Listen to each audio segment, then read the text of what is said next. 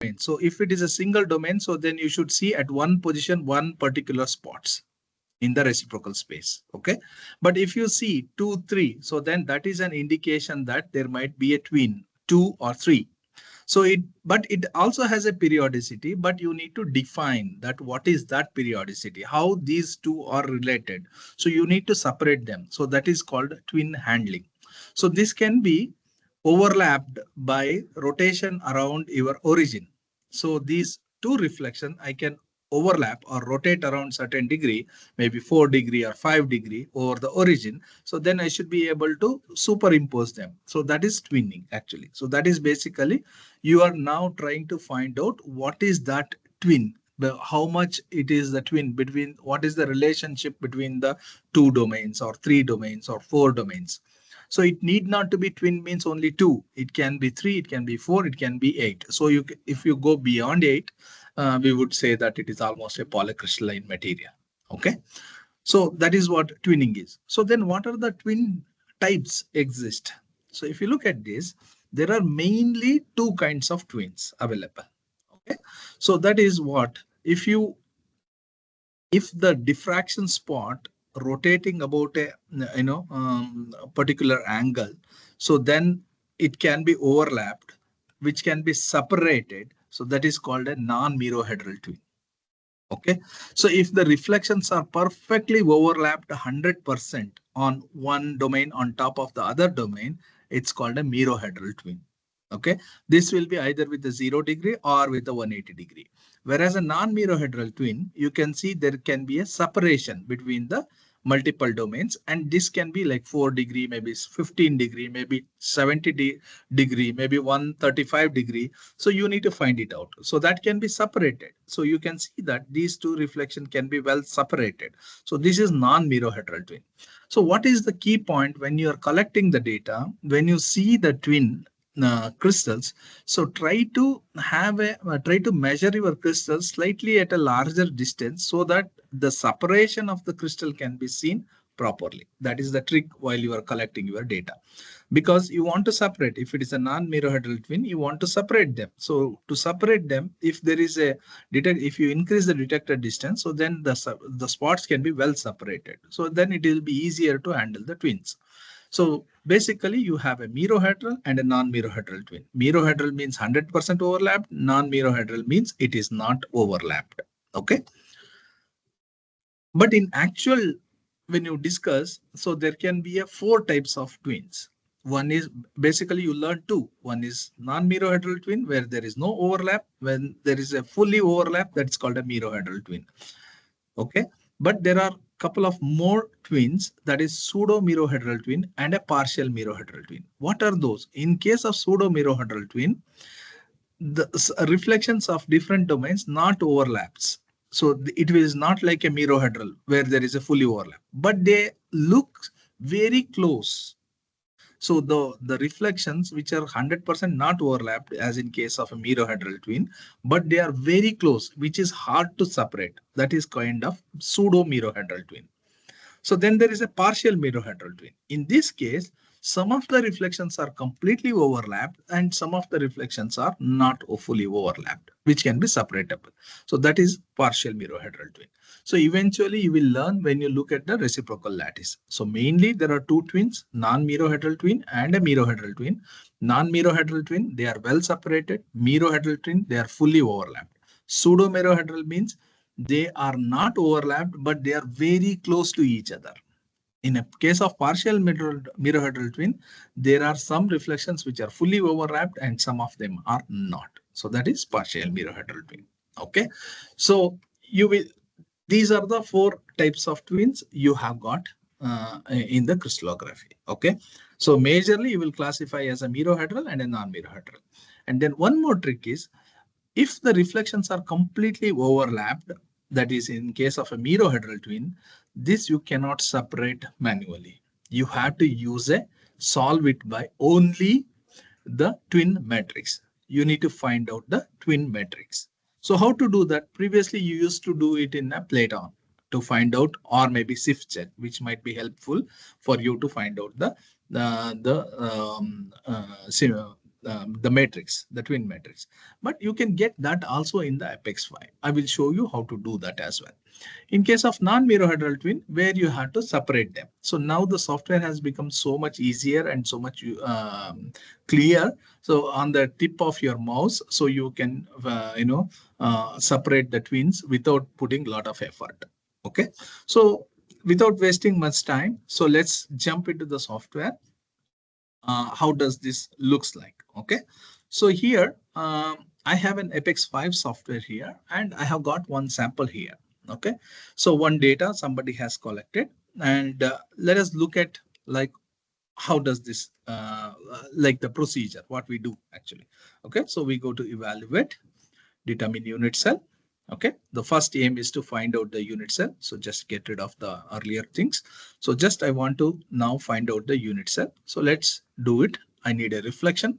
Either I can use a fully automatic option or a semi-automatic option or maybe manual. So just for your clear understanding, I will go with the manual mode. So let's go to harvest spots. And you can take any number of frames, any number of runs, as I told you before as well. So just harvest, because you need some reflections for finding out the unit cell. I have got around 564 reflection. Let's try to index. So just index it. And you can see I have quite a good unit cell. I have a very good score, and you can see my percentage of reflection, which is matching, which is greater than 95, 90 and 95%, which seems to be very, very good now. So now I have a good, very good unit cell. So I accept that. And then I want to see my deviations. So that's why I say refine here. You can see got a good unit cell. So then I accept that. Then I can check if there is any non-mirrorhedral twin. So this is the function to check if there is a non-mirrorhedral twin. So let us see if there is any. I don't see, by already I know that there is no non-mirrorhedral twin because I have greater than 95% of the reflection, which is matching. So, however, if you want to check on a fingertip, you can do it. You can use the domain function. You can see already your above 90% of the reflection is matching. So you can ask, please find domains. You say there is no new domains. There is only one domain, which is good news for us. We take that there is no twin actually in this. So we take that. It clearly says an hexagonal primitive lattice, which is quite good. Accept, refine. See, quite a good fit. Then accept it. Okay, so you have got the unit cell. Just for confirmation, I just want to show you when you look at the reciprocal lattice. I clicked on the view reciprocal lattice. So you can see how perfectly these reflections are matching. Okay, of course, there are one or two, that is the 5% of the reflection which may not be fit in. That can be an artifact or some reflections which is not fitting into this unit cell. That's okay. But however, if you look at in different direction, A axis, you can see it's perfectly all right. C axis, B axis. Look at it's perfectly a single crystal and a very good data. Okay, so everything, and this unit cell is also correct unit cell. So I take that, then go to reduce data and process the data. You want to integrate the data, so just start integration. So just do the integration now. You have a good correlation coefficient. That means you have a sufficient good intensity and your unit cell is correct. So that's why there is no difference in the error in pixel, which is lying on the 0. And obviously, because of the intensity and the right unit cell, you have a good correlation as well. And it is the right symmetry as well. And your reflection profile also looks quite good inside this box. So everything is normal. Everything is good. Everything is excellent with about this data. Okay. So once the integration finished, so then just go to the scale. So now you need an m.raw file. If it doesn't find, you can just pick it up from here. Generally, it will take it. And then normal, you want to do it step by step. You want to scale the data. So in case of if it is contains only organic molecule, you can just pick up medium or a weak. If it is inorganic molecule, so go for a strong, but this is just an organic, so I will keep either weak or a medium.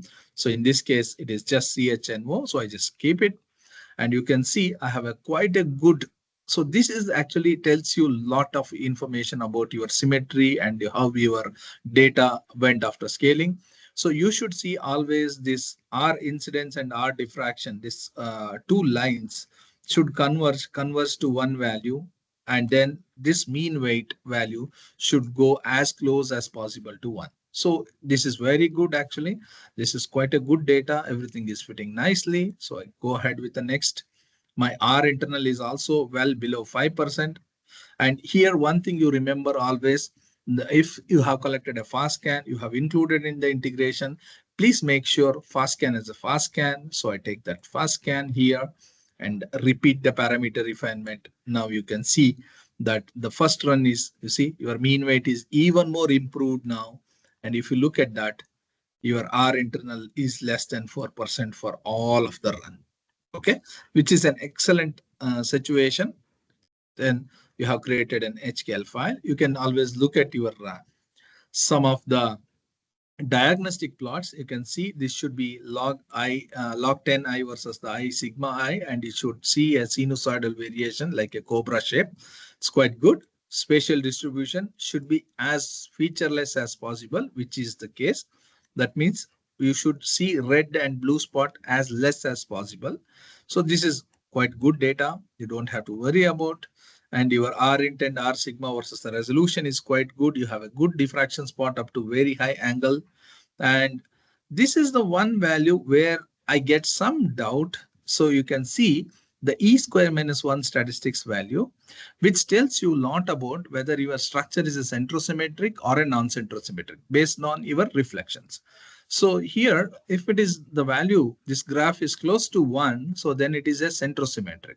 If this graph close to 0.73, so then it should be a non-centrosymmetric. So somewhere this is even going below and going up sometime. So this is an indication that there might be some issues. This is my first indication that there might be something with this data. I don't know still. So let it be as it is. This might give me some information, but nothing concrete. So I'll keep it as it is.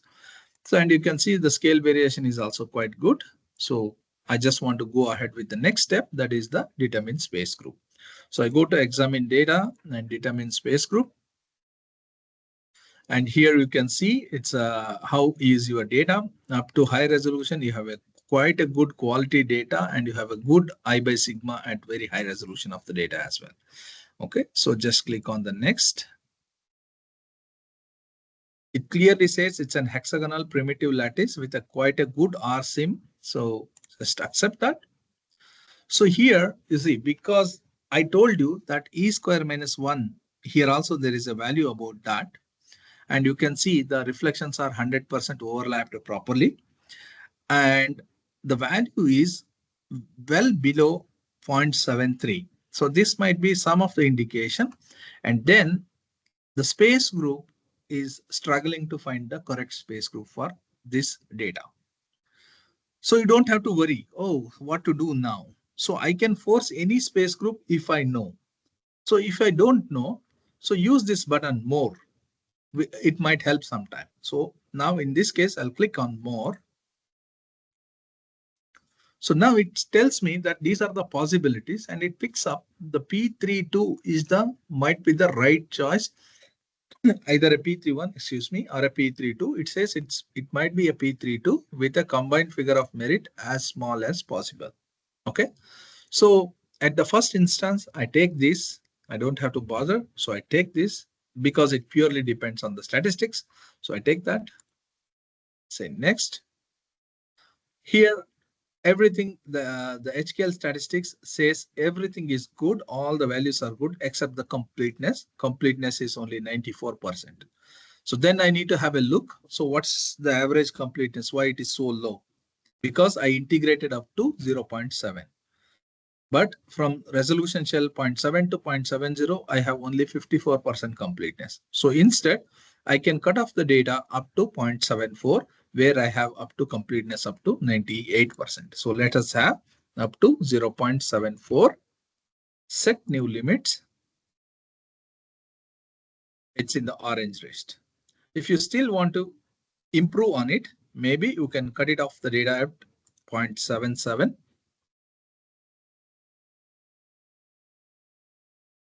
Okay, so it's good now, 97.5. It's okay because we have Excuse burned me. out some. Yeah. If we put the value 0.75 during the integration, then we can get the completeness. Yeah, because why I don't want to put in the integration 0.75 is I want to use entire data set. Yeah. Okay. So Okay, okay, because okay, more data always gives me better results. Okay. However, okay, if okay. it creates a problem for completeness to the high Yeah. resolution shell, so then I will Yes. decide here I can see up to what resolution, then I can cut it off up to that resolution. Okay. One more thing, we can skip this step, determine space group, and we can You use. can skip. Actually, I am always use the analyze data step, and I got Experiment. the instruction file, so we can go through it also, na? It's the same version. This is a DOS Okay, version. okay, This is a Windows version. okay, And okay, why I use okay, this is I have more option to look at. That's all. okay, Nothing okay, else. okay, It's the okay, same okay, version, okay, DOS to Windows. okay, Yeah. And then I also have okay. the color Thank you. coding, and then it warns me if there is any Oh, parameters which okay. is That's why needs you to are be using. corrected. Yeah, yeah. Yes. Okay, Yes. okay. Thank you. Because I didn't need to look around. Okay, Okay, thank so you. everything is fine now. So I don't have an issue. So I can get it. You can see this is your INS file it created. This is your unit cell. And what is your crystal system? What is your Lave group? What's your space group? And what's your formula? What's your Z? What's your general information about your data? And what's your data statistics? And if there is any warnings here. So everything is okay. So then exit it. So then you have to go to find structure, solve structure. So you take this HKL file which you have created and then just solve the structure. So you have got the structure with an initial R1 of 22% now. So we need to refine it. Let's go to the refine structure here. So it's a simple molecule. So it has put almost all the right atoms except this. This should be nitrogen. So I go to rename mode and I take the nitrogen and put it here. So this is my molecule. I just want to label it properly. So I go to shell X, automatic labeling. So without residues, because I have one molecule, so everything it has put in the right names now. And then I just want to refine. I can use this symbol for the refinement. You can see my R value is around 19%. And I have a goodness of it 6.2. And you can see my residual density is 1.14. Okay, let's do load refinement results and make an anisotropic refinement now. Do the anisotropic refinement. My R1 is 16%. My residual density is 0.84 and my goodness of it has not much improved, 5.25. Okay. So then next step is what? I need to fix the hydrogens. So I use this symbol. So it just puts the hydrogens and then I refine it. So my R value is around 15% and my residual density is 0.8 and my goodness of it is 4. And this doesn't look nice anymore. Okay, so if I look at my structure now, so the ADPs does not look nice, and my Q peak is coming somewhere here out of nowhere, and then the R factor is around 15%. So there might be something happening with this data. Either the space group is wrong, either something is wrong. So in this case, I just wanted to see what happened, whether there is any mirror-hydral twin, because E square minus 1 warned me that the value is slightly lower than the non-centrosymmetric as well, might be an indication. Let's check whether there is any mirror-hydral twin or not.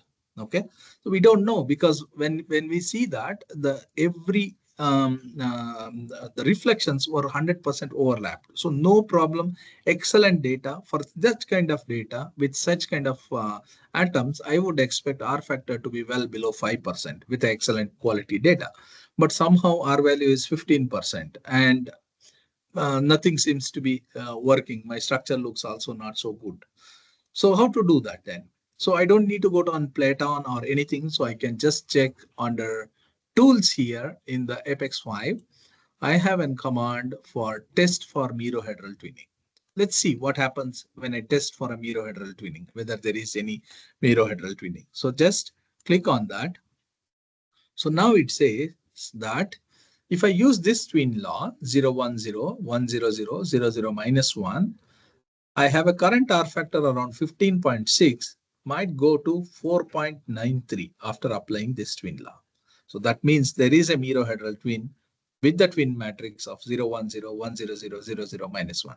There might be other possibility. This is not a possibility. This is not a possibility. This is not a possibility. This might be one. But here you can see if I apply this twin law, there is no improvement in the model. Okay, so then this might be the correct one. So what I do, I will say, please insert this twin law and do the refinement. So I will say insert this twin law now. So when I put that, you can see it's a twin 0, 1, 0, 1, 0, 0. It has put the twin matrix with a a batch scale factor of 40%. So 0.397, so that is 0.4. So I would say 40% twin. Okay, 40%, 60%. So let's see now when I refine what happens. Okay, refine it. So you can see my R value straight away from 15% down to 2.4% and WR2 48% to 6%. And my goodness of fit from 5 to down to 0.6 now. Okay, so everything went nicely. I just load refinement and look, my model also now is looking excellent. And my residual density is coming on the bond, indicating that everything is proper. And if I look at my highest Q, it's also reduced to 0.3, which is excellent now. Okay, so you can do now weight scale refinement. Okay, it asks for an extinction correction. You can just do it on a fingertip as well. Again, you can go to shell X, insert XT and run Excel.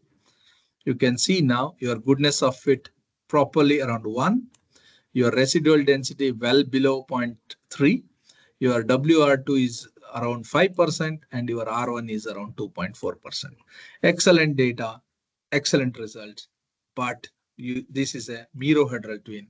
Without finding this twin matrix, you are at nowhere. You are having a 15%. So after finding the correct matrix, you see it's a 40% overlap of the two domains. Okay, but this cannot be separatable. As you can see here in the reciprocal lattice, these reflections are 100% overlapped. So, but these are the 60-40 overlaps which you need to separate them, but you cannot separate manually. You have to separate them using the twin matrix. So this is how you have to treat the mirror-hedral twin. Okay, you will not know unless you test for a mirror-hedral twin, which you can do it with the Apex 5 now. Okay, I hope mirror-hedral twin is clear. I just quickly want to move to the next example, that is about the non-mirror-hedral twin. So let's quickly move on. So sample, reopen, here it is. Okay, so now here is another example. Same thing. Let us find out the unit cell first. Okay, this is my data. So I want to index the unit cell. I go to harvest. So I can take from 1 run or a 2 run, whatever I told you already. It's your choice. From different runs you can pick up and different I by sigma you can use. Maybe I can use slightly lower I by sigma just to keep the weaker reflections also in the play. So just harvest. So I have got around 642 reflections. So let's index them. Try to find out a unit cell. Okay, you can see I have got a unit cell which is reasonably okay, but with the score is also quite good. And you can see this is the right unit cell as well because it picked up the reflections properly. But what's the doubt for me is, if you look at the last example, I had 95% of the reflection which is could be indexed with that particular unit cell what we indexed. But here I can see that only 70-75% of the reflection I could index, rest 30 to 35% of the reflection, 25 to 30% of the reflection I could not index. So what is that? I want to see what is that 25% of the reflection which I could not index. Okay, so let me accept this unit cell. Okay, see, it's a correct unit cell. It has an excellent fit. I don't have to bother. But only thing bothering me was what is that 25%? So then you are a beginner, you don't know anything. So then you don't have to bother like what reciprocal that is, how to separate them and so on. So now you can make use of the automatic twin handling that is called a domain function. Last time also we were failed to get any domains. Let's see if this time, because there is a 25% of the reflection which is not fitting into this unit cell, whether it can find the some unit cell, whether this domain of any help to us. So let's do that. Domains. Okay.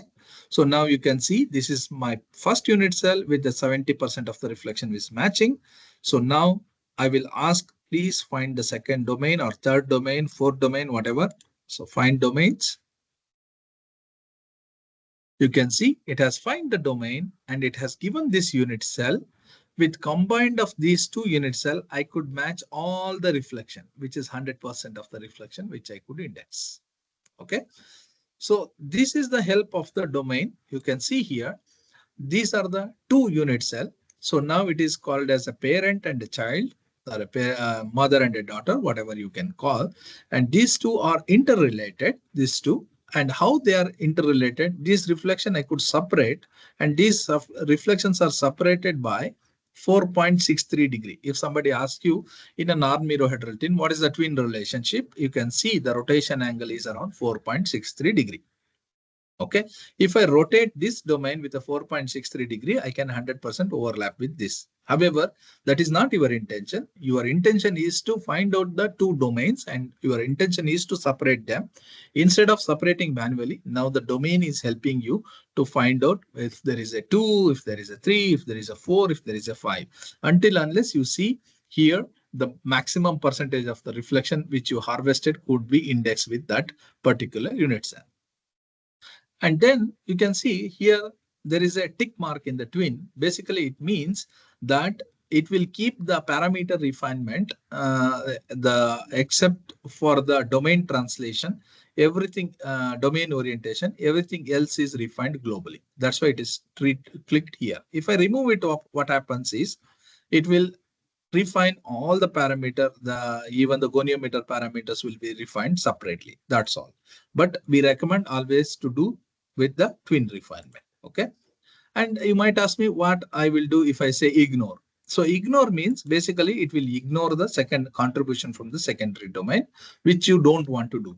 So let's say you might ask me that, okay, I might have not seen the secondary domain, or I have seen, but I'm not going to bother. I'm going to just go it with only one unit cell.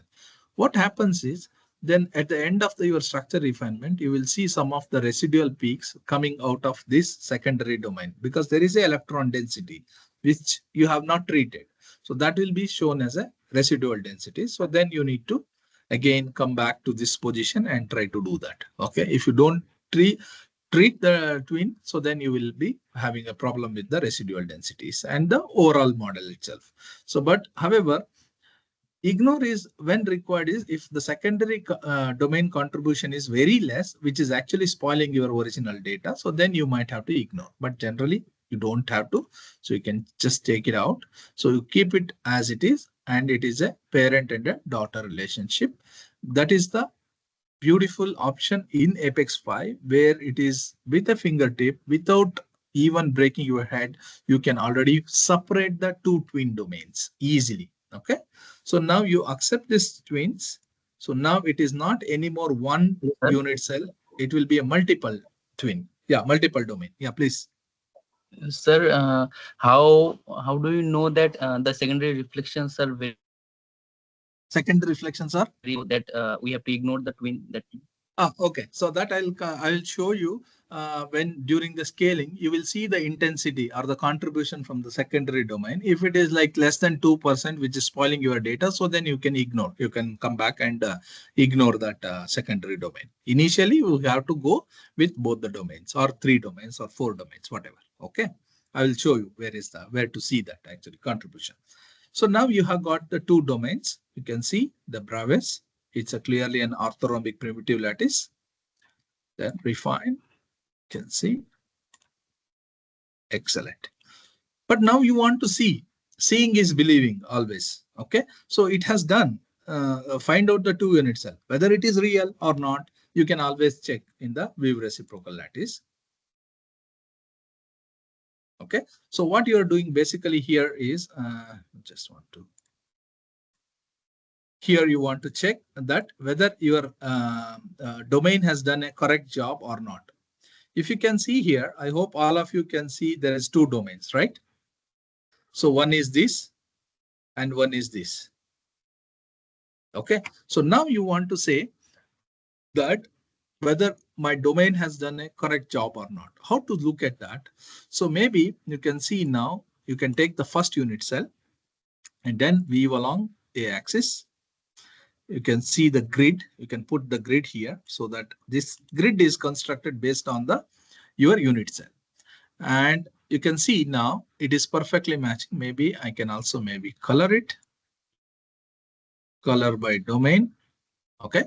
So weave along B axis. Can you see now? Maybe I will say reflection size bigger. All the gray reflections are fitting properly now. That's the first unit cell. Okay. C axis, C. Can you see? So first unit cell is correct. Now I want to see the secondary unit cell, whether it is done the correct job. You can go to edit. So here you can choose the secondary unit cell now. You can see now weave along A axis. Can you see it is now perfectly fitting the green reflections. B axis, you can see. C axis. Clear? So it has done a perfect job without your intervention. Okay.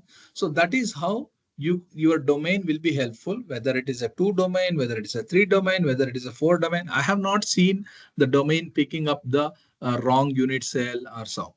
Till now, I have never faced any issues. So you can do. This is called a function called kind of an auto twin indexing. So this works almost 100% of the time without any problem. And you can always cross check by looking at the reciprocal lattice. So if you don't want to do that, if you want to maybe another option to do that as well, that you can do with the reciprocal lattice, which I'll come to that part later. So let's now first use the domain we have used, and it has done a correct indexing of the unit cell. My unit cell is correct, and I have 100% of the matching of the whatever the harvested reflection. So and when I looked at the reciprocal lattice, it also looks good. So now how to process the data? Now it is not anymore a single domain, it's a multiple domain.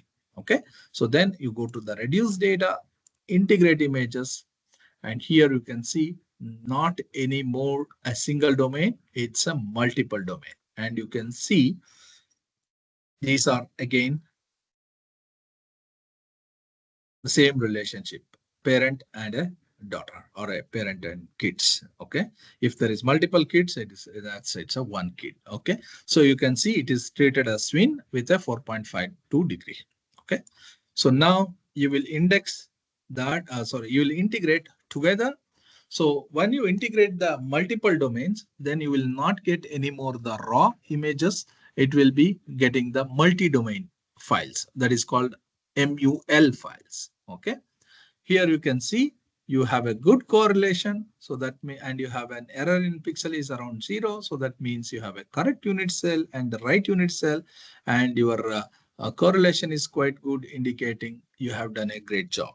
Okay, your intensity of the data is quite good, which indicating the high correlation as well. Data is good, unit cell is good, symmetry is good, twin handling is good. Okay, so you can see here it has created the multi-domain file. Now the integration finished. So you can go to the scale.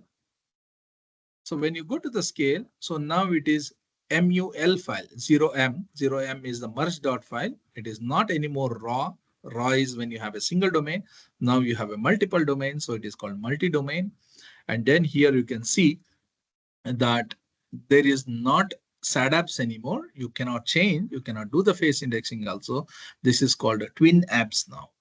Okay, so because of the multi-domain file. So you are doing the twin apps by the scaling using the twin apps. As like in the SADAPs, you can go to start. And here you can see the contribution of the domain 1 and the domain 2 and overall. And here, this is where your question is answered. What is your first domain? What's your secondary domain? So first domain is having I by sigma around 19.6, which is quite good. And secondary domain is having I by sigma around 6.9, which is also quite good. If that is like 2 or maybe 1 or maybe less, so then that actually spoils my data. So in that case, I will ignore that because it's a so weak domain. So in this case, it is quite a good domain. So I will consider anything 3, 4, it's already quite good. So this is almost 7. So I would consider that this has a huge contribution to it. So I take that and then I go here again. It's up to you, but software picks up these options based on the purely on the statistics. What it says, fit all domains separately, and we have seen almost all the time whatever software suggested gets the best value compared to the other options. However, you can always change if you wish. You can choose only single domain. You can choose, if in case of more than 2, you can choose multiple domains, or you can choose fit all domains. It's up to you. As I told you, here also you can do that if you want to ignore certain domains. Okay. Then refine it. Here you can see twin component 1, your mean weight is quite good and your scaling is also quite good. If you want to look at the twin component 2, you can also see it here. Here also you can see your mean, R value is slightly higher, but your mean weight is quite good as well for this. Okay. So if you want to increase the ESD for scale factors, just to improve this convergence, maybe you can just change this value and then refine it. Okay, slightly improved, not so much. It's okay. Then you can go with next. You can see your R internal is quite good, less than 2%. Then you can click on next. Here you need to be careful in the next step because here you are going to separate them. Initially, you had 2 domains. You separate them and then you got the multiple unit cell and you integrated them together. So now you got the multi-domain file, and after multi-domain file, you do the scaling, and after scaling, you are going to create the 2 HKL files. One is HKLF4, one is HKLF5. So HKLF4 will contain HKL intensity and sigma. HKL5 will contain HKL intensity, sigma, and the twin component. That's why it's called 4 and 5. Here it calls 5 columns. So that is, it contains the twin domain number. That is why you will not be able to refine your solve your structure. You can only refine, but HKLF4 will be used for your structure solution. Okay, so remember, you will generate the 2 HKL file. One is HKLF4 and another is HKLF5. Here again, the software suggested things will be 90% of the time it will be correct because it is again based on the statistics. You can go ahead. However, again, I tell you that you can pick up and choose whatever you wish and you can see the results later. Okay, so here you can see it says in the HKL4, please use single domain, it says, and you can see the contribution from the 2 domains. One is 80%, one is 13%. Okay, your twin fraction, the first domain is 87% and the second domain is 13%. Okay, which we should see after twin refinement as well. Let us see that whether we get this value or not. Okay, one thing you have to be very careful and remember always, if you are dealing with a non-centrosymmetric space group, then you should not average the Friedel opposites. It will be like this. So you should take it out because it is a non-centrosymmetric. In this case data, I know it is a non-centrosymmetric. So that's why I don't average Friedel opposite. And then I also pick up the correct point group. In this case, it is 2, 2, 2. Okay. Same thing holds for HKLF5. In this case also, it's using the single domain, and then I don't want to average the Friedel opposites, and I want to take it as a point group 2, 2, 2. Then obviously you might ask me that what is if I average the Friedel opposites? If you average the Friedel opposites, because of the averaging the Friedel opposites, you will lose the completeness. Completeness will go down to 50% or 60%, and you will face a problem. Okay, so that's why make sure if it is a non-centrosymmetric, so don't average the Friedel opposites and choose the correct point group. Now generate the HKL files. Okay, and finish. So now if you look at this, is also quite good. The spatial distribution map, chi-squared map is also quite good. Intensity statistics, a slightly higher, weaker data at the higher resolution. That's okay. Scale variation is also quite good. And if I look at my work folder, you can see here work, and then I have created the HKL file and the 4 and 5. Yeah, you can see the 5 HKL file will contain HKL, intensity, sigma, and a domain number. So that is why I will not be able to do the structure solution. I can only refine because of this additional parameter, which is not in case of HKLF4, which can be used as a standard HKL file for structure solution. So let us move to the next step. That is what? Determine space group. You can use analyze or determine space group. I like the determine space group. I take it. Here you remember you have two HKL file, but you cannot use 5.HKL. You can use a 4.HKL and then click on next.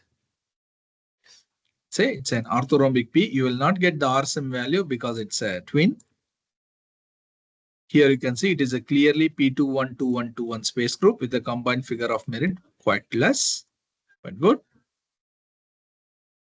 You have good completeness, but at the high resolution, your completeness is poor. So that's why your overall completeness is poor. So what I do, I will cut off at 0.78.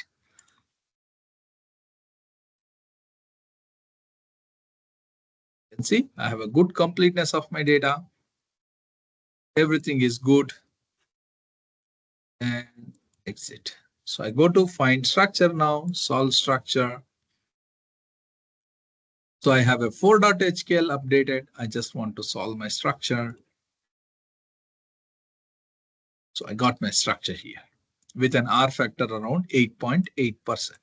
Okay, let's go to refine because it's the HKL4 file. So now atoms are in the right position. So what I do, I will just label shell X automatic labeling.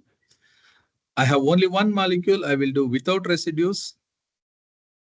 So you can see it has put all the atoms labeled properly and in a proper position. So I just do an isotropic refinement, 8% R factor with a goodness of it around 2.5, and do an anisotropic refinement, 4%, 4.5% R factor, goodness of it is 1.3, and residual density around 0.5.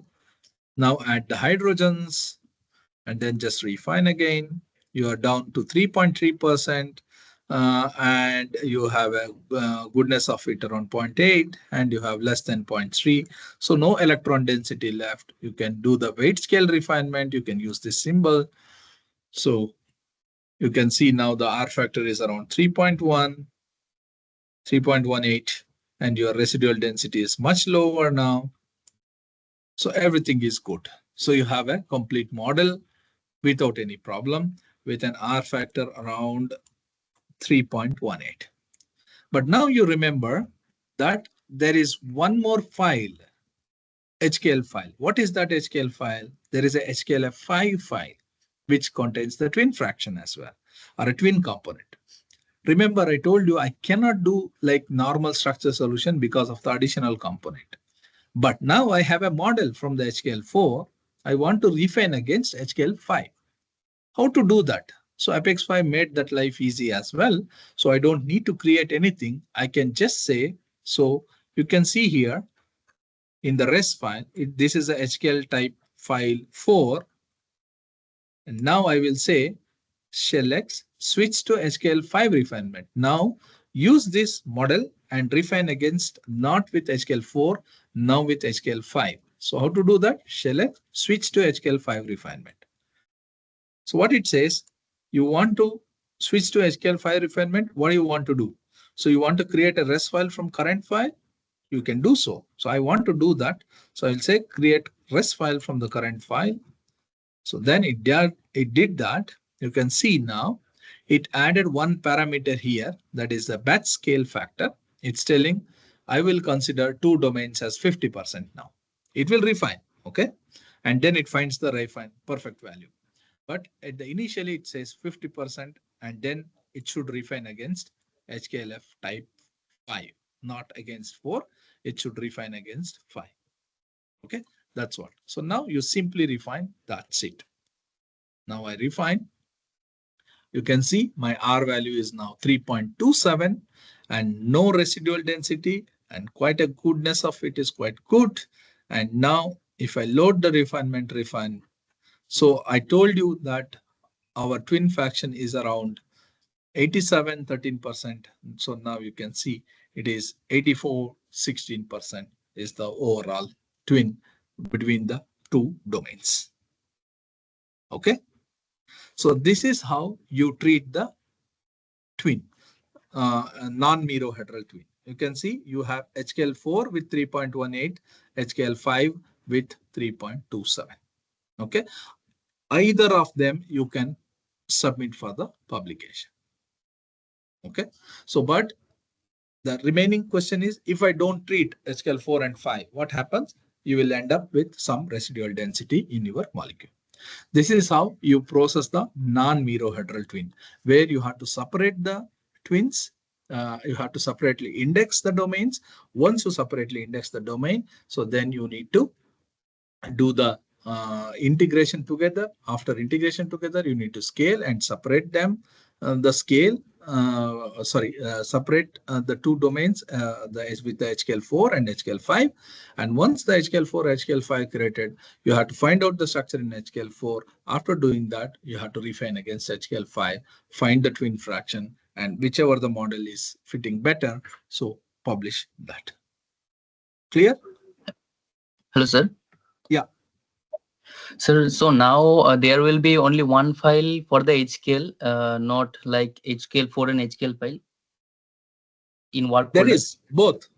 Both in the work folder, you have two models now. One is HKLF4, which contains the R factor around 3.18, and you have a corresponding SIF file. That either that you can publish, or HKL5, where you have got an R factor around 3.27, and then the corresponding SIF file is generated. So now you can see your work folder here. You will have an SIF file of both. So HKL5 model here, res, INS, everything is there.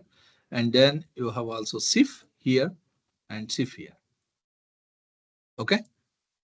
So both are there. Sir, if I need to collect the files and send like HKL res, so Okay, just copy. which one should we take?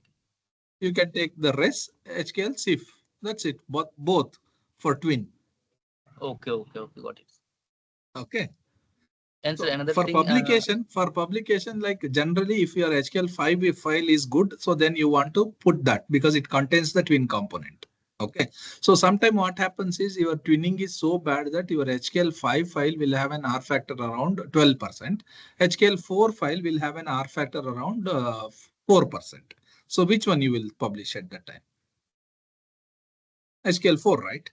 So obviously, because you are having the twin, non-Miro-heteral twin, actually spoiling your overall data and the model. So that's why you will put. But in this case, you have both HKL4 and HKL5 are quite good. So in this case, I will put HKL5. That's all. And sir, there is a crystal contains 4 to 5 sheets of different layers, and I'm getting 4 to 5 twinnings Yes. domains. Yeah. And if I try to separate the layers out, the deflections are becoming very much low. Hmm. So I should I proceed through the twinning refinement? Yes. Yes. You should go with the twinning refinement. You will contain only there also you will generate only two HKL4 and HKL5. HKL4 will contain one major domain. HKL5 will contain major domain and the subdomains. Okay. Okay, then you see the result. Considering those things, whether it is improving or considering only the stronger domain is helping you, the stronger domain and overlap. Okay, so that's why you see Apex does a good job because it purely depends on the statistics. If the statistics is good, so it asks you to take only one stronger domain in both the cases. Okay, so if the statistics is bad, sorry, if the statistics is good, then it might pick up other domains as well. If the statistics is bad, so then it will just take the first domain itself. Okay, and the overlap. And the margin is only now in Apex 5. The 4 and 5 we are refining together. Yeah, it is easy right now, much more easier. It is now You can Apex 5. you can It switch is back not. also. Sorry. The margin is in Apex 4, or it is in only Apex 5. The It is 4 to there in 5 Apex 4 as well. It is there in Okay. Apex 4 as well. Okay. Okay. So between HKL 4 and 5 also it is easy. Now if you want to switch back to 4, you can do that just by one click. Again, you can switch back to HKL 5. You can play back and forth and refine. You don't need to create separate folders and so on. Everything in written into one folder. Everything will be with the proper naming, 4 suffix HKL, 5 suffix SIF or HKL, whatever. Okay. Yeah. So I want to show you one more example. About the non-mirohedral twin. There is another here. So this is how you treat mirohedral and a non-mirohedral. Mirohedral, try to find out the twin matrix using test for mirohedral. For a non-mirohedral, use the domain option and create SQL 4 and 5 and do it. Okay. So now I have here another example. Okay. Delete it. Again, find out the unit cell. So just maybe even use the weaker spots as well. Harvest. So I have got around 800 reflections. So try to index them.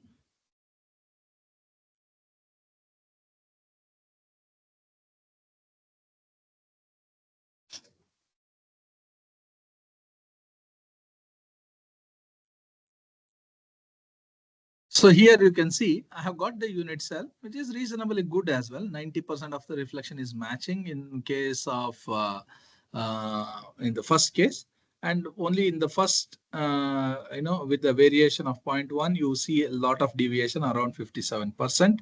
And then I can accept this. Okay. Look at the histograms. Refine. So quite a bit of reflection, which is not matching here, but however, I accept that. Then I can make use of the domain as like in your case. Then I can ask find domains. It did not find the domains. Okay. But what I say, okay, so relax a little bit criteria. So I might use 0.1 and ask to find domains. So now it has find the domain and these numbers are also quite good now. Okay. So sometime if you not able to find the domains, so you can reduce this HKL tolerance value and then try to find the domain. In this case, initially with 0.25, with the standard value, it did not find. So I relax the criteria a little bit. So then it find the value. Okay.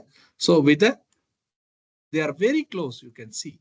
So that is why the rotation angle is around 0.6, kind of a pseudo mirohedral twin, right? That's what I told you an example. So previous it was example as a non-mirohedral twin. Now this is a clear case of pseudo mirohedral twin. Okay. So then do the Braves. It says an orthorhombic C, accept. See 5, 55 and 8. Refine. Still lot of reflection which is not fitting. Accept. So now I want to make sure that whether this domain has done a correct job. So I can go to reciprocal lattice.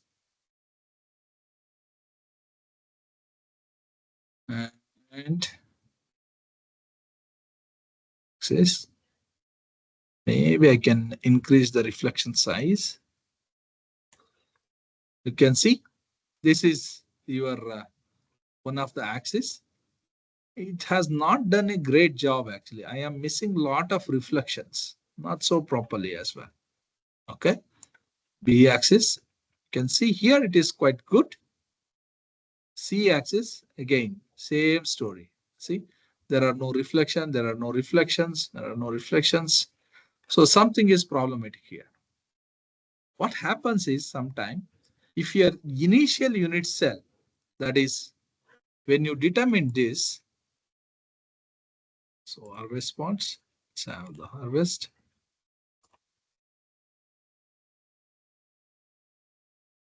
Index.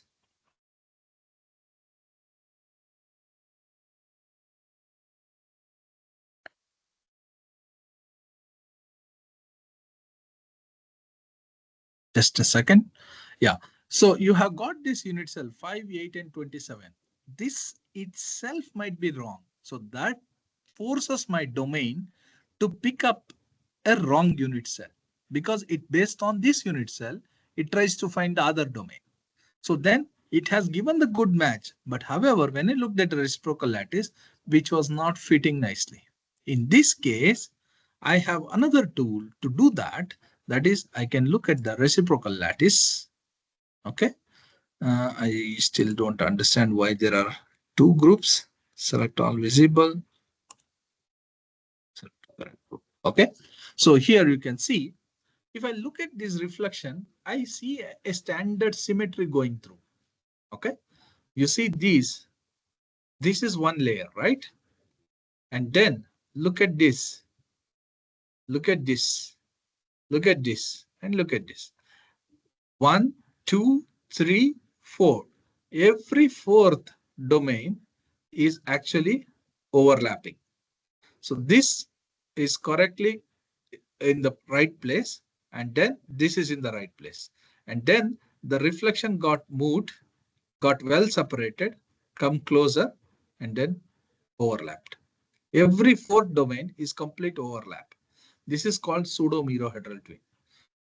Overlap, 100% overlap, slightly deviated, okay, even more deviated, come closer, 100% overlap. Every fourth domain is dead. So that is why you got this bias of picking the wrong unit cell because of these mess up here, which is very close and it is not separatable. If everything is like this, then it is a mirror-hedral twin. If the, like in the other case, well, they are well separated, so then I have a non-mirror-hedral twin. But in such cases, I will get bias and then I need to separate them. In this case, there are many tricks to do that. Maybe you can stick to the old, that is, you can go to lattice plane selection and then pick up the domain where you think is the correct one.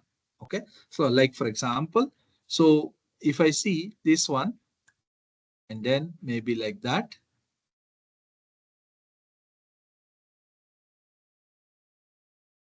Okay, the first and the last domain, you can see it's matching first and the last line. Right. So then based on that, then I can increase the number of planes in here to add these reflections.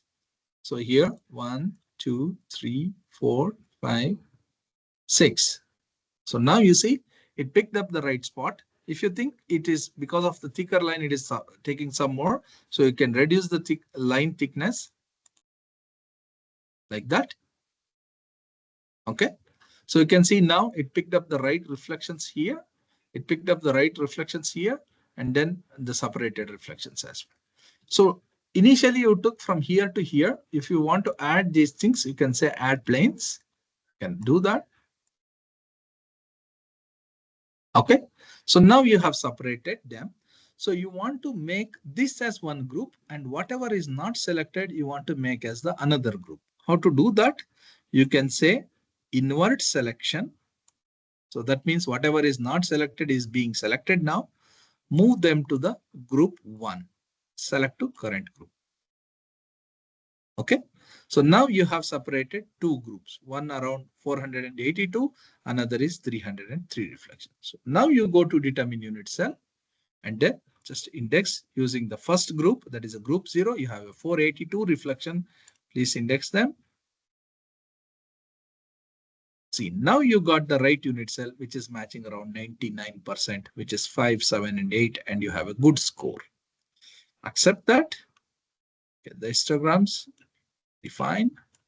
Quite good. Accept. So then do the Braves. It's a monoclinic P. Accept. Refine. Here.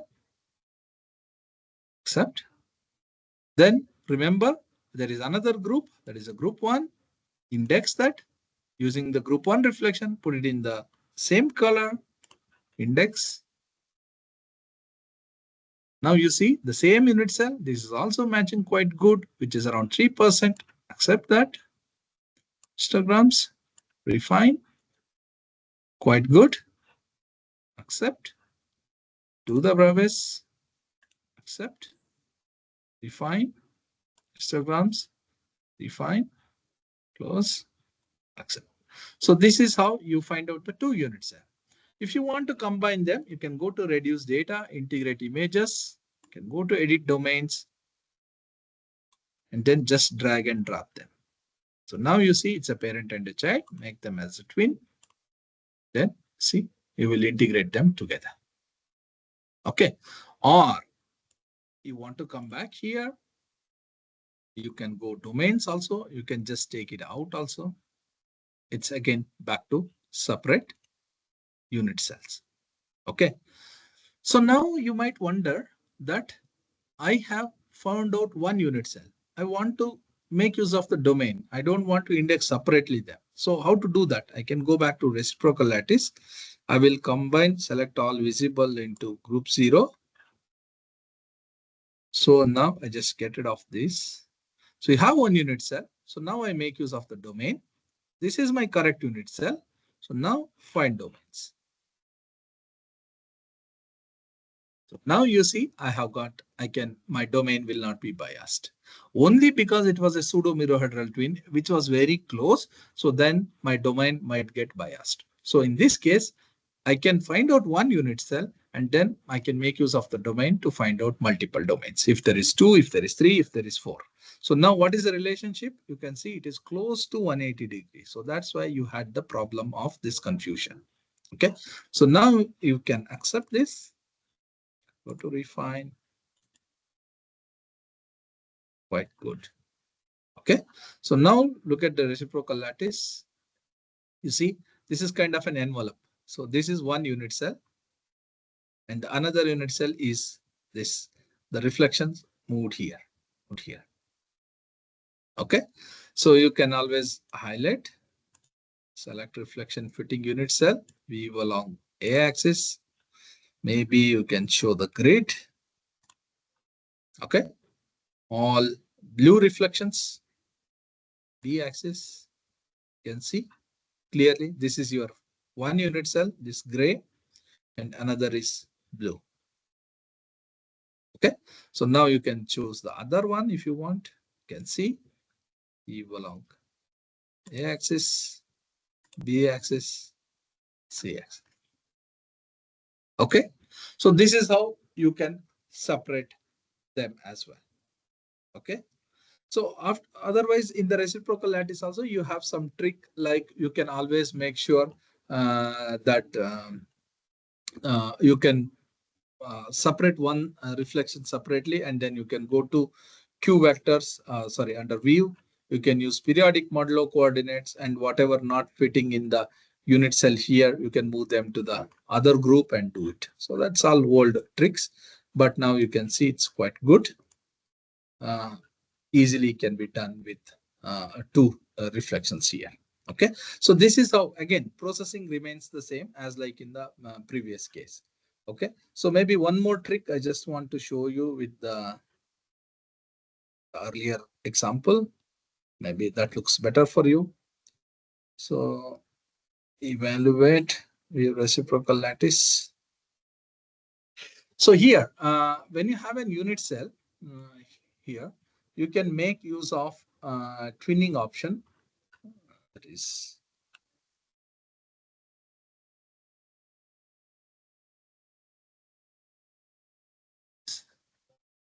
E-axis, C-axis. Edit, move to the center of gravity. Where is that?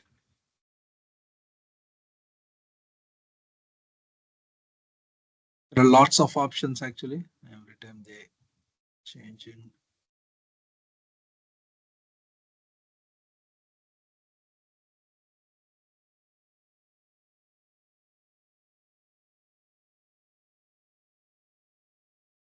Move to center of mass. Okay. So here you can see this is your first unit cell. Maybe you can create a virtual unit cell. Last time it was not working. I just want to show you. You can create a virtual unit cell from the same unit cell. This is another way of handling twins or finding the multiple domain. Take this. You can create a virtual unit cell, enable them, enable it, and then literally you can adjust it. You can just move like that. See, for a better fitting of this data. So now you can fit it like that or like this, whatever you want to fit the other reflection. Once you are satisfied, you can see that that is your unit cell. Select, convert virtual cell into real cell. So you can make that, and then you can do here, going back, you can get this unit cell. You can see it's again 5, 9, and 18, 90, 90, 90. Okay, so that's how you can do the other options in the view reciprocal lattice. So there are 4 options apart from the domain. You can just do with the lattice plane selection, or you can pick up the reflections which are belonging there. You can also use the periodic modulo coordinates to get separate the reflection separated from one unit cell to another unit cell. You can also use the twinning. 4 or 5 options for the separation of your reflection manually as well. Okay. Pseudo mirrorhedral gets a little bit trickier, but mirrorhedral, non-mirrorhedral can be separated if there is 3, 4, 5, 6, 7, 8, whatever. Okay. So then we'll move. I hope this is I wanted to show you on the twinning. So let's go to the next topic, that is disorder. Okay. So let's go here. I hope you are all aware about the disorder, how to handle the disorder. So basically disorder means something is not ordered. So till now we were solving the structure which has one positional coordinate, atom sitting in one particular position. Okay. So then atoms can be having a multiple position. It may not be want to sit in one particular position. So due to different reasons, maybe thermal motion, maybe like the side chain,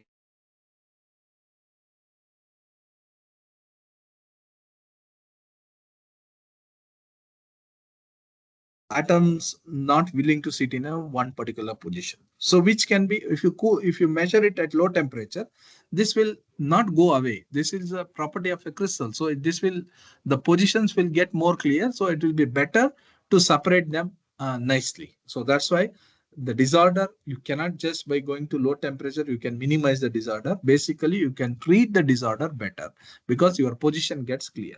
So I have an example here. So how to treat then disorder? Till now, I was telling you that the structure has one positional coordinate, that is x, y, z, and then you have one thermal motion, and you do an anisotropic, you have 6 thermal parameters. But now you are telling the atom is not sitting in one position. So for example, carbon 1 will have carbon 1 position x, y, z, and carbon 1 in the second position, the x1, y1, z1. Okay. So we need to find out these positions of the atoms. That is called disorder treatment. And this can be done only by using the part command. whatever the software you want to use, it will be used by the part commands. Part 1 is the first position of the atom. Part 2 is the second position of the atom. Both of them are connected to the original molecule, that is the part 0, which is not involved in the part. Part 1, part 2 connected to the part 0. So that's why you have to treat the command part 1, part 2, part 0. Okay. So you might ask me sometime when there is a triple disorder, like a 3 positions. So then how to do that? Again, it will be part 1, part 2, and part 3, and part 0, and they are involved in a another command called sump. Okay, you have to use the another command, but we don't get it complicated now. So we just do it how to treat the disorder only having 2 positions. So let's find out if there is any disorder in this. So just I'm going for solving the structure. Yeah, and this is a good data I have here. So, and I have just went for the structure solution. Let's see whether it gives me the structure.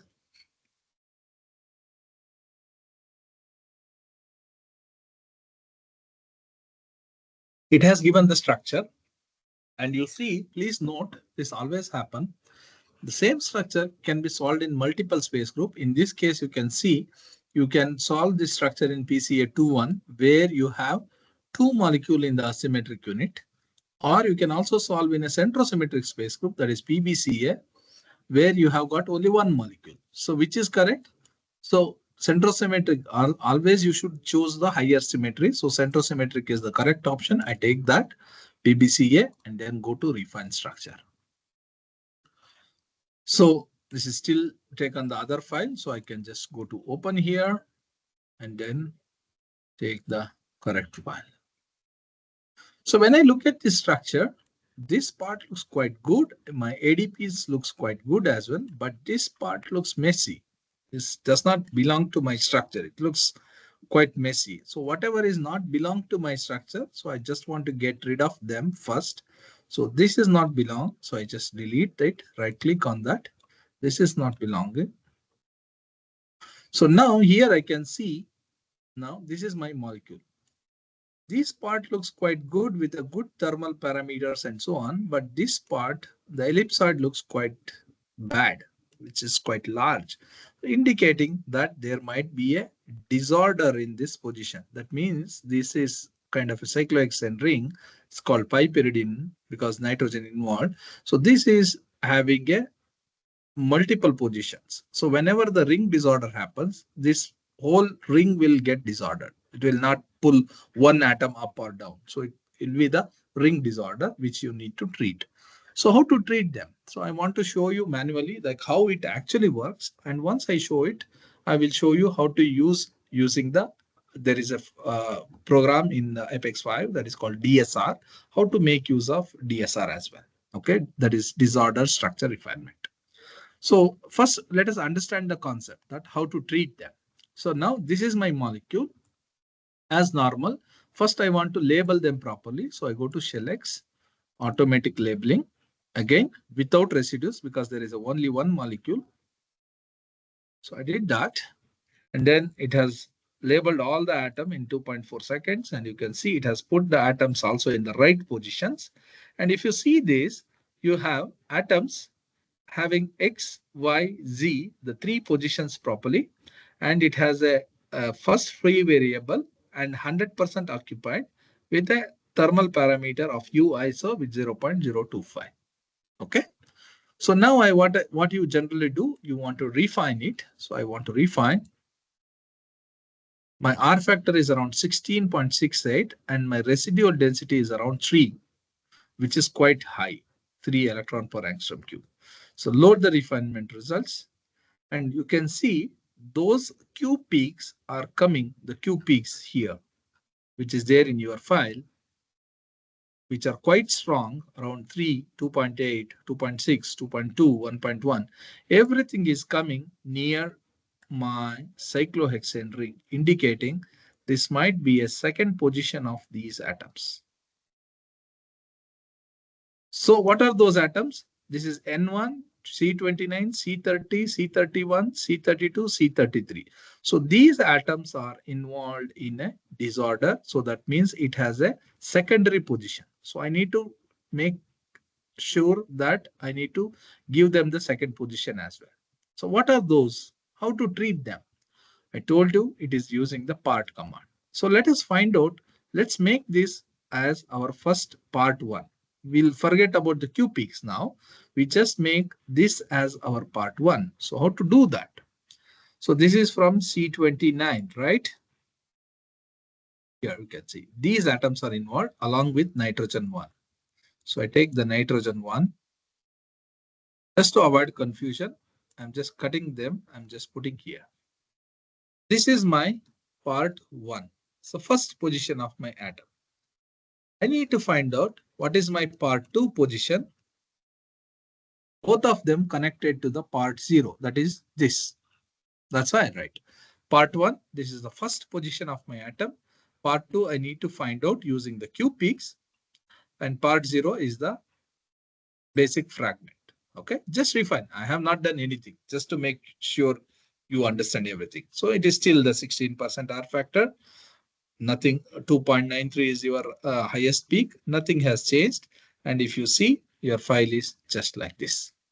Okay, so now this Q peak is going to help me the secondary position of my atoms. So now I need to find out which is the Q peak near C29. So C29, of course, there is a Q4 and a Q5. So for me, it more makes sense to take Q4 because it's in the kind of a ring. So I can take the Q4. So I'm going to take the Q4. So I take the Q4 here. So this is the Q4. This is my second position of my C29. So I put it here in the main file. This I want to make it not Q4, it should be C29. Second position. But I cannot use the same name again and again. Just to understand this is involved in a disorder, I can use either A. I prefer to have a dash. So I can have C29 dash. Same thing, now I need to find out the second position for the C30. And near C30, if I look at, I can see the Q2. So I take the Q2 from my file only. So I make this, I'll put this here as C30 dash. So now I go here near C31, I can see Q3. So I take Q3 as my C31. Only these Q peaks or the residual density peak is going to help me to find out the secondary position. So near C32, what is Q peak? It is the residual density or the electron density which is left over. That is indicating the position of the atoms which might be there of the electron density. So now near C32, I can see Q1. So I can take Q1. This should be C32 dash. So near C33, I can see Q6. So I can take Q6. And it should be near C33 dash. Okay. So I have got, but if I look at, there is no Q peak near nitrogen. Right. In this case, I'm going to use the same coordinate and just faking it. Okay. So if I don't find anything, so I'll just copy this. So I'll just take this. Sorry, my battery is running low. I need to just give me a second. I'll just get the battery.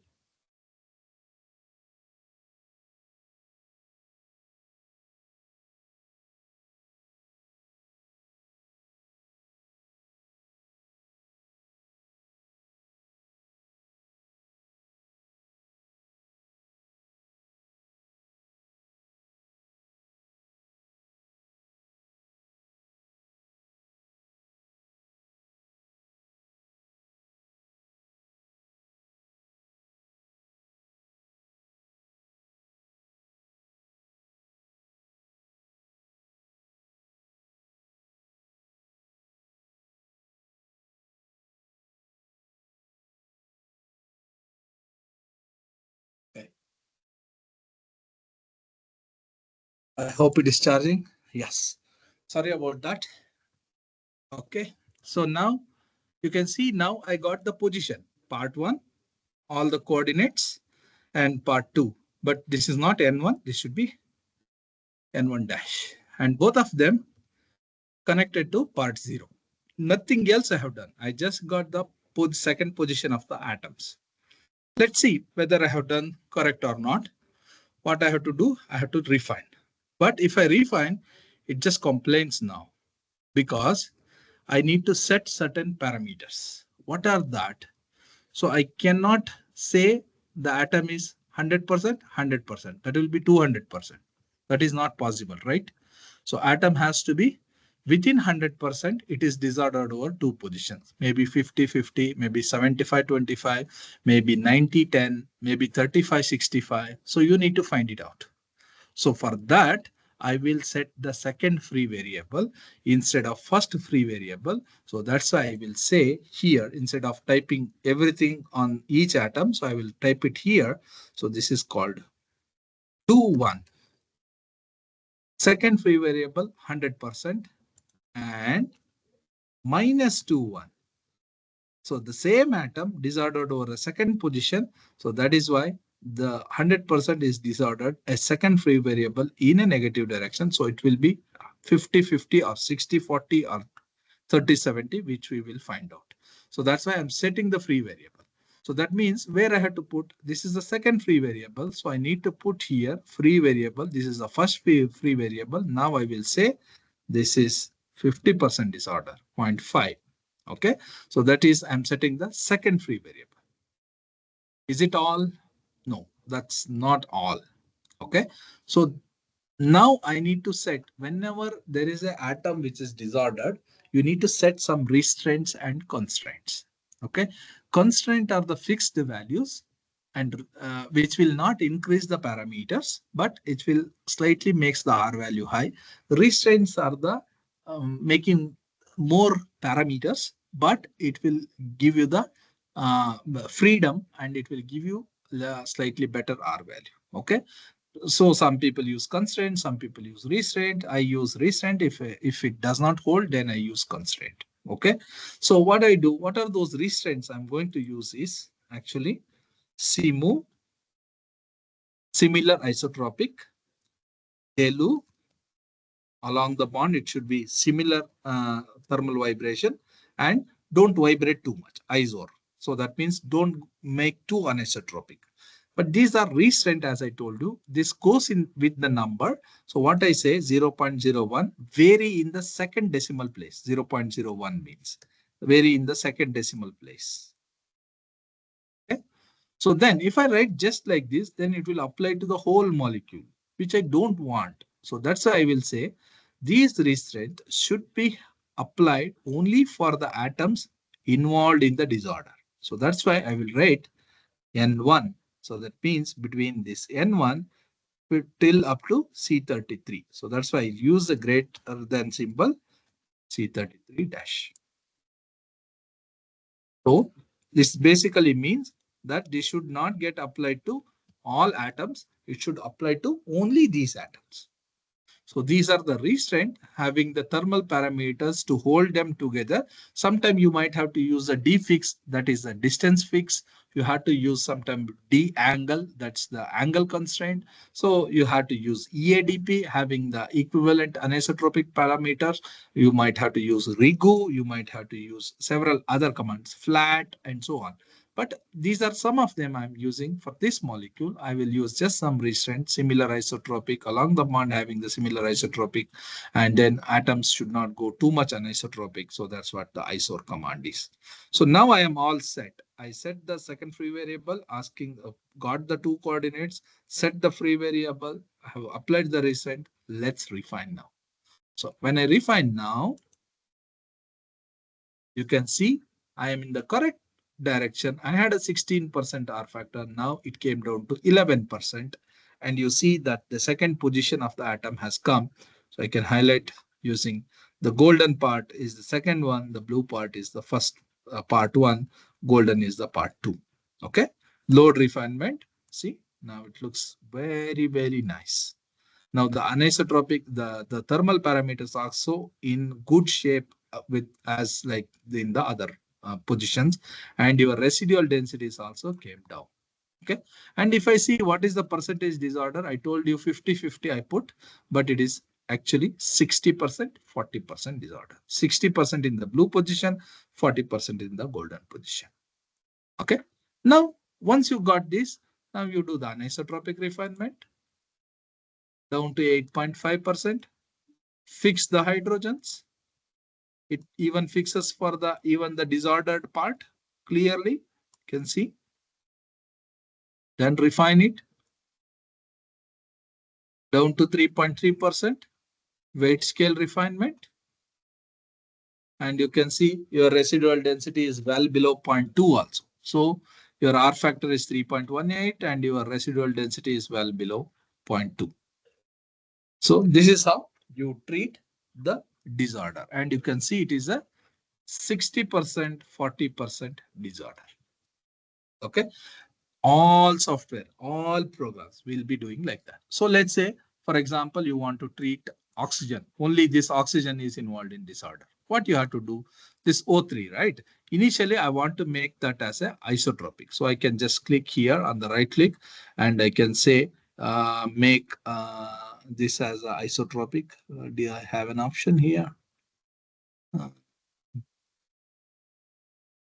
Okay, now it should be selected and make selected atom as isotropic.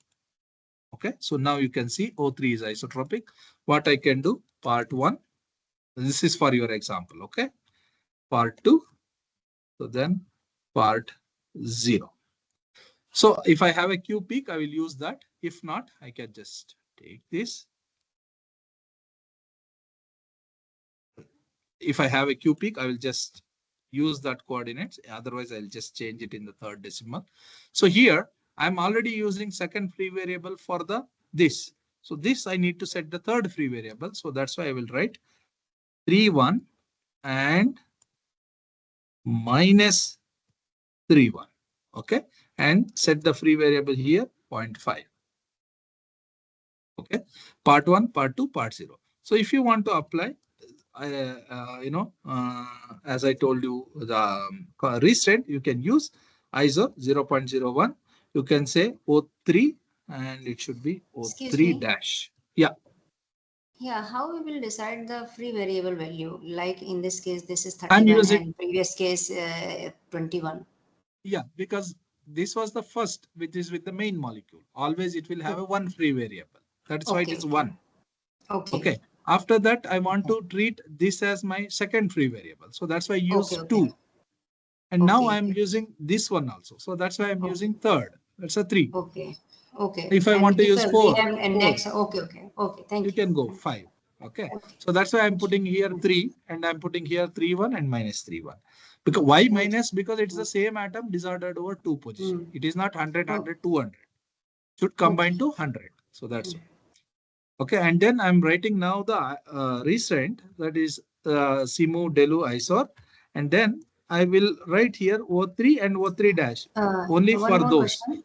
Hmm. Sorry, one more question. Hmm. These SIMO, DELU, and ISO, always these values, these have a value 0.01 or like that, no?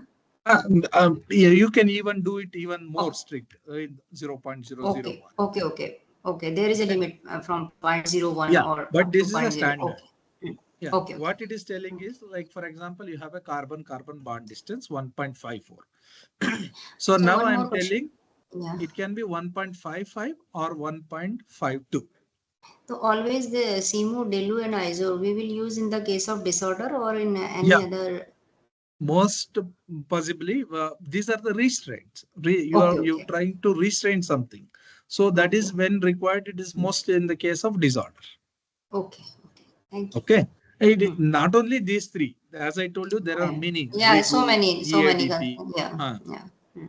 This is I try first these things because these are minimum, and for me restraint is good because my R factor will be better compared to constraint. But constraint has an advantage if I don't have enough data. So because restraint will add more parameters to refine.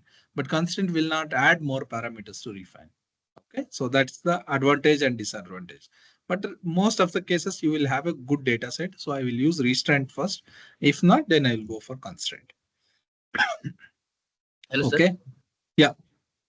Sir, after the ring restraints, if we refine the whole thing, it will be set as the restraint only, or it will change the strains into anisotropic again? No, when Or I we have to do it when I last? make anisotropic, then only it will make anisotropic. Otherwise, it will not make anisotropic.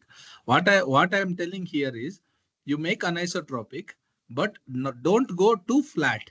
So that is why I'm telling isor. Don't let it too loose.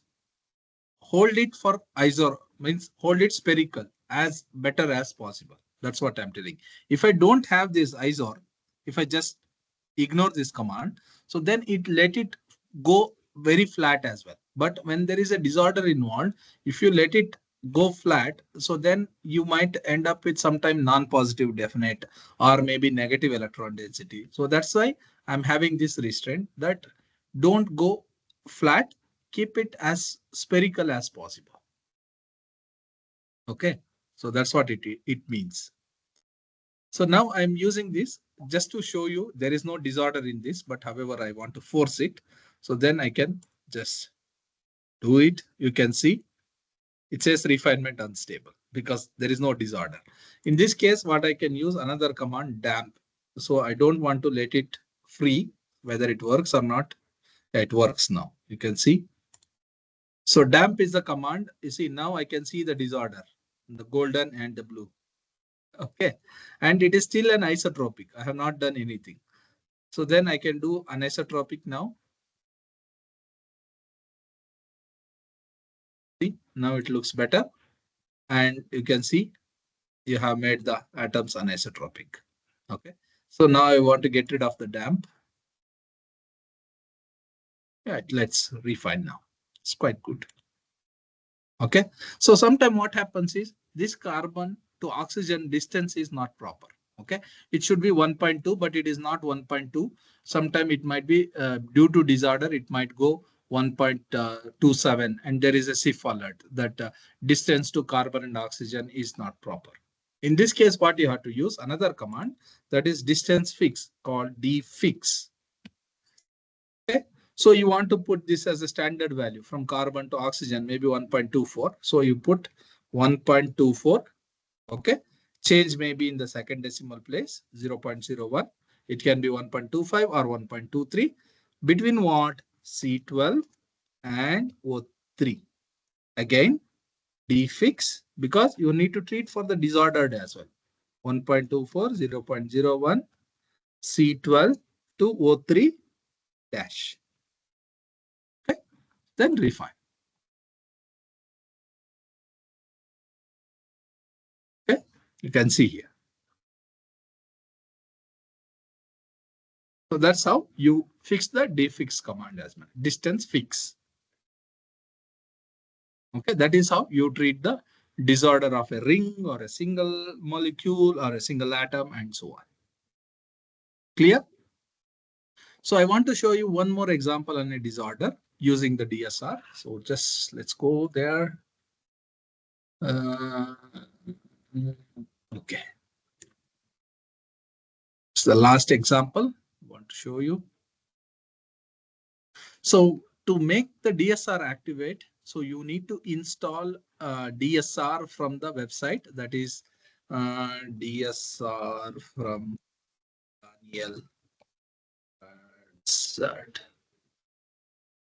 Okay, so you need to download this DSR,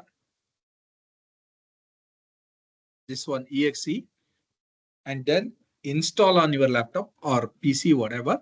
And then if you close and open Apex, it finds the DSR tool in your molecule. Okay. So how to make use of that? Once you've done that, so find structure, solve structure. Wait.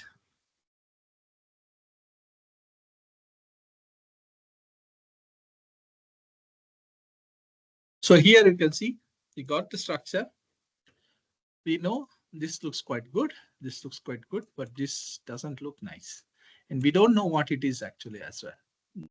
Okay, so everything looks fine, but this is some solvent. We don't know what is that. It's kind of solvent disorder. So let's go to refine and see what happens actually. So when I don't know this, I just want to get rid of this. Okay, I just select them. I just delete. There is a delete option. Yes. So this is my molecule. And I know this should be boron. So I take this and then take boron. Rest are all fine. So select automatic labeling without residues. Okay. Everything labeled properly. Just refine it. 21%. And when I looked at the Q peaks are coming in the same region where I deleted those atoms, and it does not tell me anything. I have asked the user what can be it, what are the solvents you have used? Is it a water? Is it a methanol? Is it a hexane? Is it a benzene? Is it a toluene? Is it what? He said it might be a toluene. I have used toluene. But by looking at this, I don't have any idea that it doesn't look like any toluene in this. Other dichloromethane, whatever, chloroform, he said nothing. So it might be toluene. So in this case, you need to use sometime, some observation is important. What is that is, maybe I just wanted to see like, okay, there are some Q peaks which are quite strong as well, and it is coming in this region. Let's see what happens when I grow this Q peak. Okay, so here there is an option to grow the Q peaks. So grow Q peaks. And then just wanted to grow it by using this. When I did that, now I can get some information. Looks like a toluene, right? So 6-membered ring with a methyl attached to it. And then it might be a disorder over the center of inversion. You can see this again is 6-membered ring. This can be a methyl group. Or this may be a 6-membered ring. This can be a methyl. Okay. So disordered over inversion center in the solvent. So which needs to be treated? So again, part 1, part 2 you can do, but instead you can use the DSR. So what is DSR? Many people have worked with the crystallography for long, and there are fragments which we have created. You can also create your own fragment. So instead of doing what I did in the last case, like part 1, part 2, part 0, so if there is a fragment available, so you can also create your own fragment, which you can use instead of typing in, instead of writing in, and so on. So how to do that? So here again, it is under tools. Can see here, there is a DSR plugin. So if I click on DSR plugin, you can see there are lots of fragments available. Somebody has created. So you can look at immediately, toluene is there. Yes, toluene is here. So I can make use of this toluene fragment. If not, you can create your own. So how to do that? Now, how to make use of this toluene for replacement of my molecule? Okay, so that is quite simple. So what I do here, maybe just keep it as it is. I need to replace using these coordinates. Okay, so let us do that now. So first I have to select 3 atoms. First I need to find out the fragment. Now the toluene is I found out. So now I want to replace these coordinates with my Q peaks instead of writing and typing. So how to do that? I can select 3 atoms here. Maybe this one, maybe this one, maybe this one. Maybe this one, maybe this one, and maybe this one. See, now it is completely cloned. So what is trick here is you need to have the proper alignment. Otherwise, you will not be able to do it properly. So now you can see I have selected 3 atoms here. I have selected same atoms and it has cloned it.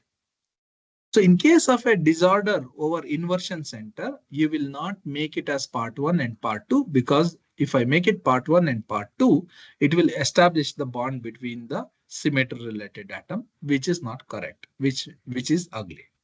So now how to make them is actually you can use another command, that is part -1, because it is involved in this inversion center. So that's why I will say part -1. Okay, make it as a part -1 and occupancy as 50%. Because it's over inversion center, it has to be 50%. So I will say 0.5 and free variable 2. Okay, part -1, free variable 2, occupancy has to be 0.5. We'll say replace the target, fit the fragment. See, now it has come here. What it did, so instead of me writing all these things, the DSR has written, because there is a fragment which is defined and which has written all these things. What is SAID? So that is same distance between C2, C3, C3, C4, C4, C5, C6, C7. So I have to do it manually. So that now it has written SAID and it should be flat. It is kind of a benzene ring. It's a toluene, so it is a flat. It should have a SIMU, should have a RIGU, should have a same command, should have a similar command. Okay, so that's what I don't have to write everything. So the DSR helped me to write everything, and then it has done also the part command with second free variable with an occupancy with a 0.5. So then I can just refine it. See, now it's 14%. And then I can do an anisotropic, same to 9%. So now I can add the hydrogens, can refine it. It's 5% structure without any problem. And you can see it's a methyl group, it's a toluene. So then you might ask me, where is the disordered part? Disordered part is over the inversion center. I have to grow this. Then I can see the blue one. I can also highlight the parts. The dark blue is the inversion center and the light blue is the original part 1. Okay, so this is how you can make use of the DSR instead of you writing. So maybe you might wonder, hey, now I want to create my own fragment. How to do that? Let's say, for example, so this is your molecule which is involved in disorder. So you can take the coordinates of this. So you have to get rid of the hydrogens first. It's better because you don't involve your hydrogens in the disorder. Take that and then go to tools, go to disorder, DSR, take any fragment, let's say this one, but edit fragment, you go to edit fragment. So here, just delete these things because you want to write your own. So you can say use selected atoms. So this is your coordinates now. And you can just get rid of this. And then you can write one time whether you want to use SADI, whether you want to use RIGU, whether you want to use SIMU, whether you want to use flat, whatever you want to do, you have to mention the commands here, mention the values here. Once you done, it is there for all the time. Here, one thing you have to remember, don't give the same name. Maybe you give IIT Patna, whatever. Okay. And residue name maybe PAT. Okay. And then don't update. Please add as new. Because if you update, this will go. Okay. Add as new. So then now you can see PAT. You see IIT Patna and you have your coordinates here. So next time onwards, if such molecule is disordered, you can just pick up those things. Okay. And then you can use part 1, free variable 2, whatever you replace target, fit fragment, then it will do the disorder by yourself. Okay. So that is how you can treat your disorder using DSR. Okay, that's you can use. You have to install the DSR, and then it will be just close and open Apex 4 or Apex 5, and then it will get activated. Okay, that is how you can make use of DSR. You can use mirror-hydral, non-mirror-hydral training. Okay, with this, I think I should stop my presentation. And if you have any question, so I'm ready to take in the next 8 minutes.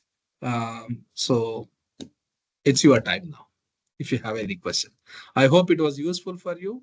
Please practice. Then you will understand. If you don't practice, you will not able to understand. Okay.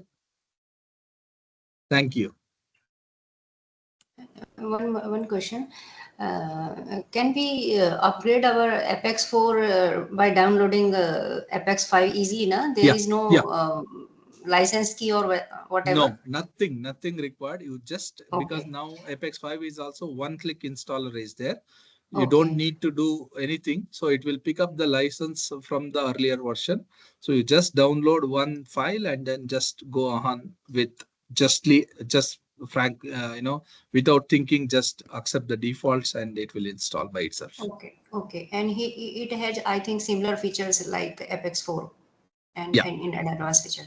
And more one more features, thing, more features. Yeah. And one more thing is that generally I am facing sometimes sample came, and it is showing very bad reflections, means 5-4 reflections and concentric ring, or sometimes nothing. And after harvesting is showing that there is no reflection 4 and 5. So we should stop it, na? Yes.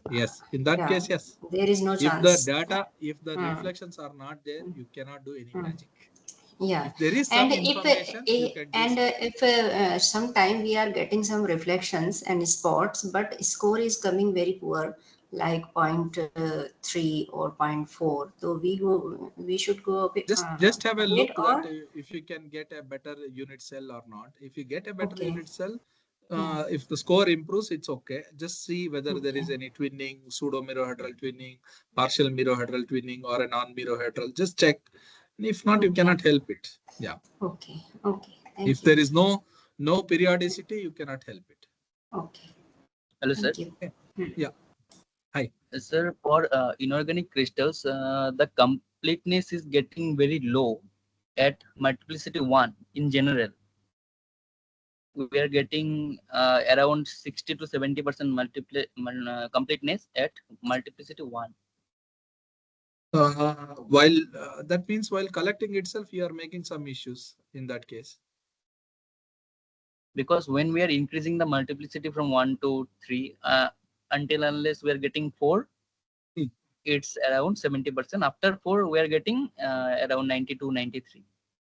And no, that should not be the case. That is independent. Like, whether you have a multiplicity, always better to have more than 3 always, because this is required for the scaling, especially for the inorganic. When you do a SADAPS absorption correction, it is recommended to have the multiplicity greater than 3.